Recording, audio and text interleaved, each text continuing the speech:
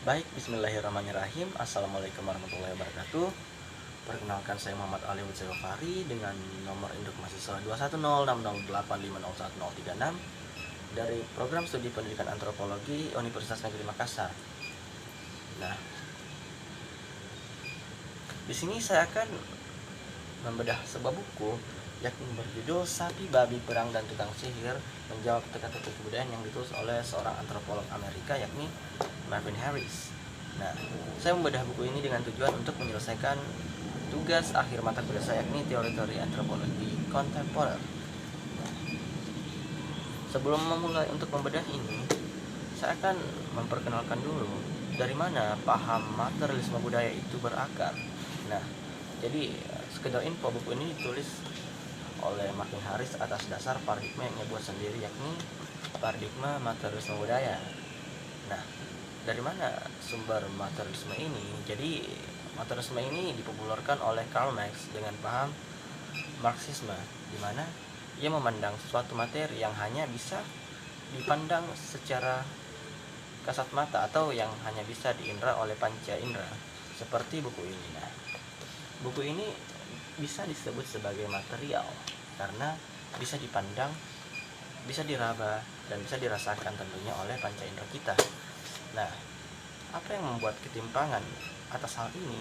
Jadi hal-hal gaib atau hal-hal yang di luar nalar yang tidak bisa kita panca indera, seperti misalnya dukun, santet, atau tukang sihir, itu tidak dianggap sebagai bagian dari material. Nah, itu material menurut Karl Marx ya. Nah, dalam biologi juga seperti itu. Jadi material adalah suatu atom yang membentuk suatu rangkaian, atom-atom yang membentuk rangkaian, seperti buku ini. Buku ini juga terdiri atas atom-atom yang membentuk rangkaian sehingga terciptalah sebuah rangkaian ini, yakni makan buku. Itu menurut ilmu fisika atau biologi lah. Nah, dari hal ini maka Marvin Harris mengambil paham Marxisme untuk menjawab teka-teki kebudayaan yang selama ini menjadi pertanyaan yang tidak dapat dipecahkan secara gampang gitu. Teka-teki kebudayaan itu seperti kenapa di India sapi itu disucikan bagikan dewa, kenapa babi itu dimakan oleh kaum Nasrani sedangkan Islam dan Yahudi nggak konsumsi gitu. Nah, itu juga berlanjut terhadap perang dan juga kepercayaan terhadap tukang sihir. Nah, bagaimana Marvin Harris memecahkan masalah-masalah dalam buku ini? Ia menciptakan paradigma materialisme budaya, yang dimana materialisme budaya itu dia memasukkan hal-hal gaib yang sebelumnya tidak diakui dalam sebuah material, tapi Marvin Harris memasukkan hal-hal gaib bisa dipecahkan secara logis melalui paradigma materialisme budaya. Bagaimana hal itu bisa dipecahkan? Jadi Marvin Harris memperkenalkan pendekatan ekologis dalam paradigmanya sendiri, yakni paradigma materialisme kebudayaan. Nah, bagaimana pendekatan ekologi atau ecological approach memecahkan masalah ini? Jadi definisi ekologi sendiri itu adalah ekologi dalam pengertian biologi adalah di mana terjadi hubungan timbal balik antar organisme yang ada di alam dengan lingkungan lainnya. Misalnya dalam buku ini disebutkan sapi, hubungan timbal balik sapi dengan manusia, hubungan timbal balik babi dengan manusia. Nah, dengan hubungan timbal balik tadi, maka teka-teki tentang kenapa sapi didewa-dewakan dan babi dimakan oleh orang Kristen terjawab melalui pendekatan ekologi tadi. Nah, saya sudah menjelaskan kenapa atau prolog dari video saya ini menjelaskan untuk supaya kita memahami terlebih dahulu apa itu materialisme budaya dan paham-paham Marxisme dan juga pendekatan ekologi. Saya sengaja melakukan ini supaya kita bisa lebih detail dalam membedah buku ini. Nah, yang saya akan bedah dari buku ini adalah bab 2 dari buku ini yang berjudul Sapi Suci. Nah, sudah saya terangkan tadi, sapi suci dalam buku ini artinya si Marvin Harris mencoba memecahkan teka-teki kebudayaan yang ada pada orang Hindu. Nah, mengapa orang Hindu mensucikan sapi bagaikan dewa atau bagaikan Tuhan? Nah, saya pernah bertanya ke teman-teman saya mengenai bagaimana tanggapan kamu, kenapa sapi itu dispesialkan dalam umat Hindu atau umat India? Nah, teman saya menjawab, karena mungkin bisa jadi sapi ini adalah perwujudan dewa, atau jadi orang Hindu sengaja menyembahnya dan tidak memakannya. Nah, banyak teman saya mengatakan seperti itu, dan memang kalau dalam dogma agama, hal yang sudah pasti fix tidak boleh diganggu-gugat lagi. Misalnya dalam Islam kan dilarang makan babi. Nah, banyak orang yang mempertanyakan kenapa Islam tidak boleh makan babi, ya karena dilarang oleh Tuhan. Itu juga mungkin hal yang sama terhadap umat Hindu, kenapa tidak boleh makan sapi, ya mungkin karena sudah aturan agamanya lah, tidak dogma agama kan, jadi pengaruhi paham-paham agama sehingga haram hukumnya memakan sapi karena dia adalah perwujudan dewa. Nah, tentu tidak sampai di situ ya. Makanya ini adalah sebuah teki-teki kebudayaan yang sangat menarik dan sangat sulit dipecahkan. Namun Marvin Harris menemukan sebuah pendekatan yang mampu memecahkan masalah ini, yaitu ecological approach atau pendekatan ekologi. Nah,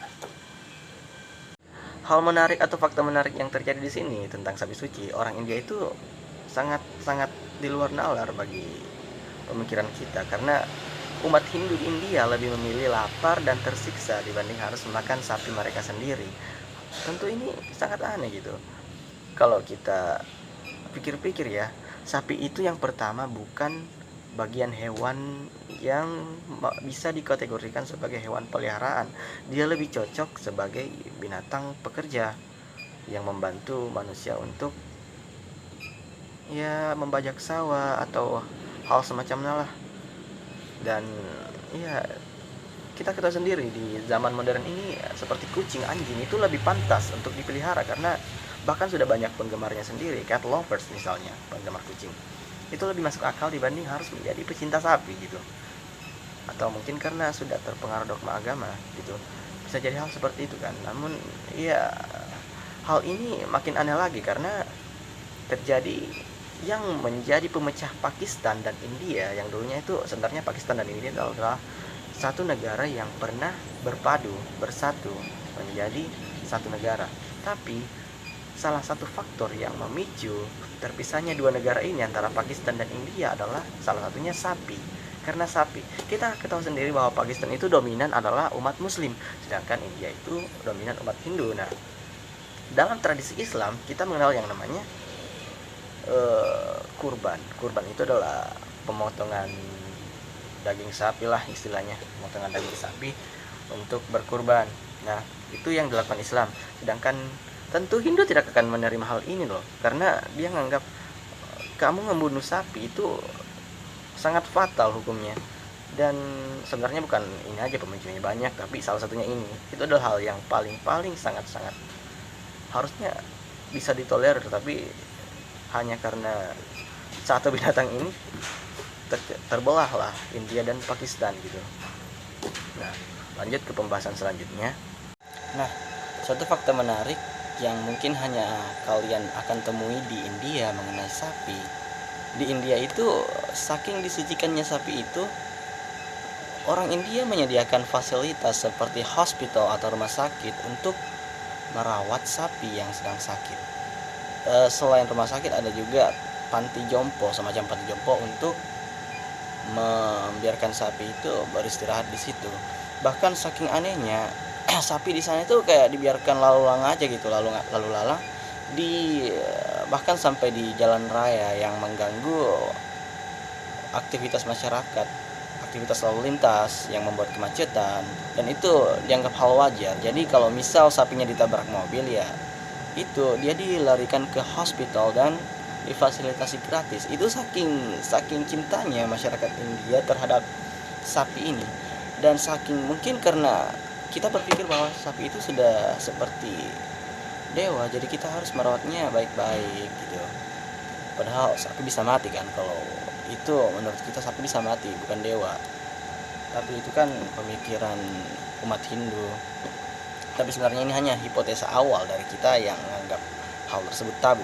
Karena orang India nggak nganggap ini tabu, dan Marvin Harris pun juga nggak nganggap hal ini adalah hal yang tabu karena sudah berhasil memecahkan masalah ini menggunakan ecological approaching atau pendekatan ekologi, dan hal ini akan terjawab di akhir video.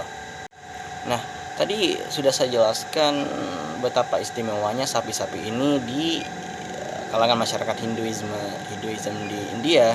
Nah, namun karena menariknya hal ini, maka para peneliti melihat ketimpangan yang terjadi mengenai sapi ini di India, di mana sebenarnya peneliti menemukan bahwa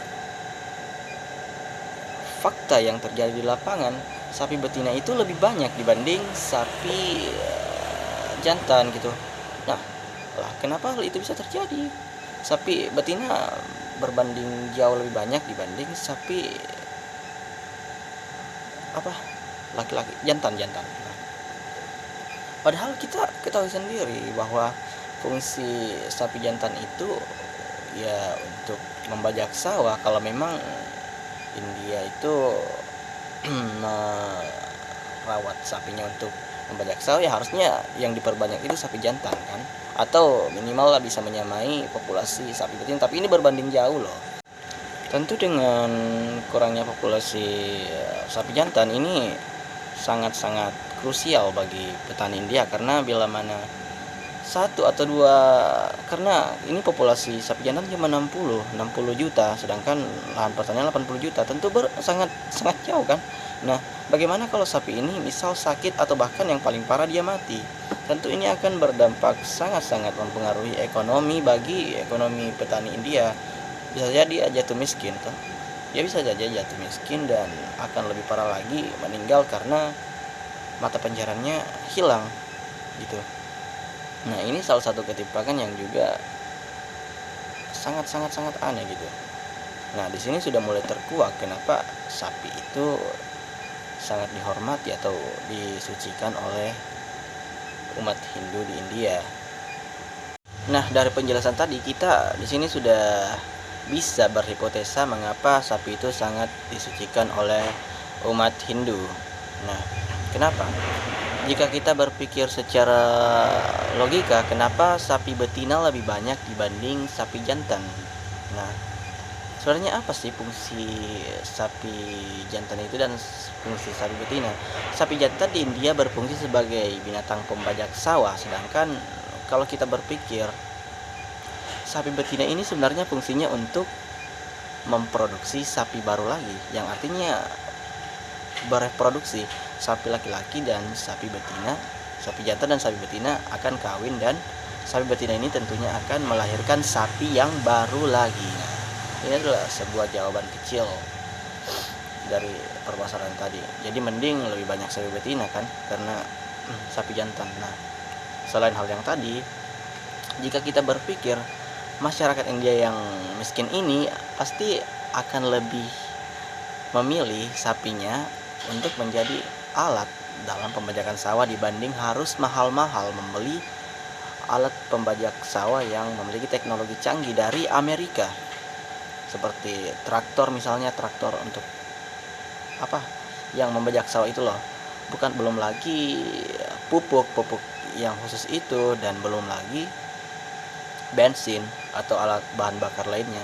Tentu itu sangat mahal bagi masyarakat miskin India. Nah, sapi zebu atau sapi India ini pertama memiliki ketahanan adaptasi yang sangat kuat sehingga dia dapat mampu bertahan lama. Jadi mending sapi ini kan dibanding beli alat teknologi canggih yang dibeli ke Amerika, karena bisa saja satu nanti dia rusak dan diperbaiki akan memakan biaya yang mahal lagi. Sedangkan sapi ini kan ya cuma makan rumput, itu menjadi healing factor sendiri bagi sapi. Nah, alih-alih kalau sapinya mati, ya kan si sapi betina ini fungsinya untuk ngelahirin sapi baru gitu, jadi nggak perlu bayar. Nah, itu adalah pola pikir yang sebenarnya dianut oleh India. untuk sistem pembajaknya. Nah, pernyataan tadi itu sekaligus sudah bisa menjawab kenapa orang India lebih memilih kelaparan tersiksa daripada harus memakan sapinya. Nah, jawabannya adalah orang India lebih berpikir ke depan dibanding berpikir apa yang dihadapi sekarang. Jadi pikirnya itu sudah jangka panjang. Dia sudah merencanakan hal yang akan terjadi di masa depan dan lebih mementingkan itu daripada hal yang terjadi sekarang. Logikanya gimana? Nah, jika orang India memakan sapinya sekarang, bila dia kasusnya misal dia sedang kelaparan dan dia ingin makan karena tersiksa, bila dia memotong sapinya sekarang, maka sudah berakhir. Sudah tidak ada lagi yang bisa dia manfaatkan untuk hidup jangka panjang karena sudah dimakan gitu. Sedangkan kalau orang India tetap membiarkan sapinya hidup untuk alih-alih untuk mengkonsumsinya, orang India bisa bertahan hidup lebih lama karena sapinya itu juga sebenarnya memiliki fungsi krusial untuk membantu masyarakat India tetap hidup dalam waktu yang lama. Karena misalnya sapi memproduksi sapi lagi untuk sebagai pembaharuan teknologi yang bisa dia gunakan untuk membantu pekerjaan mereka, misalnya membajak sawah, dan bisa kayak kotorannya juga bisa dijadiin pupuk. Nah, selain pupuk, orang India juga menjadikan kotoran sapi sebagai adonan untuk pembuatan tehel rumahnya gitu. Selain tegel juga orang India juga memanfaatkan kotoran sapi ini sebagai gas alami, dan orang India tidak perlu beli gas mahal-mahal, pupuk mahal-mahal, tegel untuk membangun rumah mahal-mahal, karena sudah ada sapi yang secara alami memberikan sumber gratis untuk si India ini, masyarakat India ini. Selain itu sebenarnya juga sudah terjawab kenapa sapi dibiarkan lalu lalang, karena sapi itu ibarat dia dibiarkan untuk memakan bekas-bekas remah-remah roti atau rempah-rempah kayak padi gitu untuk memproduksi susu yang lebih banyak. Makanya orang India itu membiarkan sapinya lalu lalang di jalan untuk memakan bekas-bekas padi tadi sebagai protein pembentuk susu yang akan menyehatkan susu mereka agar susunya murni dan enak untuk dikonsumsi. Ya, tentu ini adalah hal menguntungkan bagi masyarakat Hindu India. Mengapa? Ya, ini juga sebenarnya sudah menjadi pemecahan masalah sapi suci tadi. Nah, sampai ke konklusi, jadi tadi sudah saya jelaskan mulai dari teori Marxism sampai ke materialisme budaya, sampai ke pendekatan ekologi, sampai isi dari bab 1 yang mengenai sapi suci, mengapa orang India mendewa-dewakan sapi atau mensucikan sapi. Yang awalnya kita itu berpikir bahwa orang India ini sudah sangat-sangat terpengaruh dogma agama Hindu, sehingga dia kayak mentuhankan sapi. Jadi kita nggak boleh ngegugat sapi ini sebagai binatang, tapi statusnya adalah sebagai dewa. Nah, kita awalnya berhipotesa seperti itu, namun setelah Marvin Harris tadi melakukan pendekatan ekologi, maka sudah terjawab kenapa orang India itu mendewa-dewakan sapi, karena sapi ini berfungsi sebagai sumber kehidupan bagi orang India dalam waktu jangka panjang. Seperti yang tadi saya jelaskan bahwa sapi membantu masyarakat Hindu hidup secara gratis karena menyediakan bahan-bahan alam yang dapat ia manfaatkan, seperti kotoran sapi tadi atau kulit sapi yang bisa dia buat sebagai bahan-bahan gratis gitulah, atau alih-alih juga dia juga dapat memproduksi susu secara gratis, mengambilnya karena dia membiarkan si sapi itu tadi lalu lalang untuk memakan biji-biji padi yang tersebar di jalan raya. Nah, itu salah satu trik dari orang Hindu. Nah, jika kalian bertanya di mana letak dari pendekatan ekologi Marvin Harris, tadi saya sudah jelaskan bahwa ekologi adalah